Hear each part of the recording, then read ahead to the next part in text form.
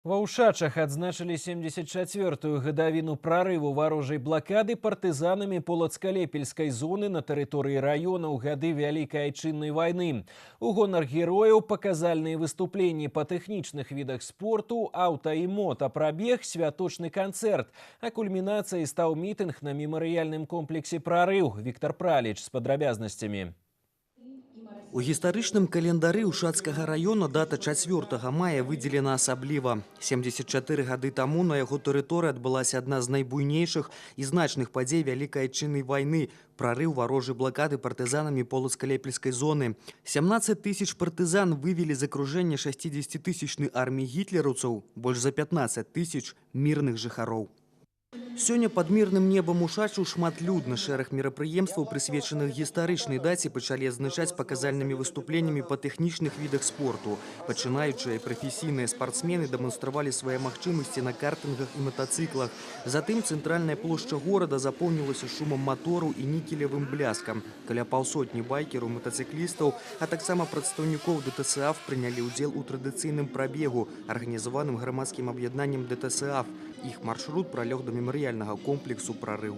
Я впервые в этом мотопробеге. Я очень давно хотел приехать сюда и вот посетить памятник, вот этот «Прорыв». Я рад, что я приехал. Тым часам у храме святых пакутніц Мінадоры, Мітрадоры і Німфадоры ўпершыню прыйшла паніхіда па загінуўшых у гады Вялікай айчыннай вайны.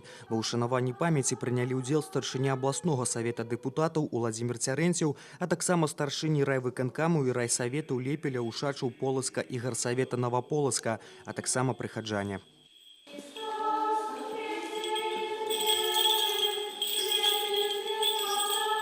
Кульмінацыяй мерапрыемстваў да 74-й гадавіны падзеі стаў мемарыяльны комплекс «Прорыв». Прадстаўнікі ўлады, духавенства, моладзь і грамадскасць сабраліся на святым для кожнага беларуса месцы.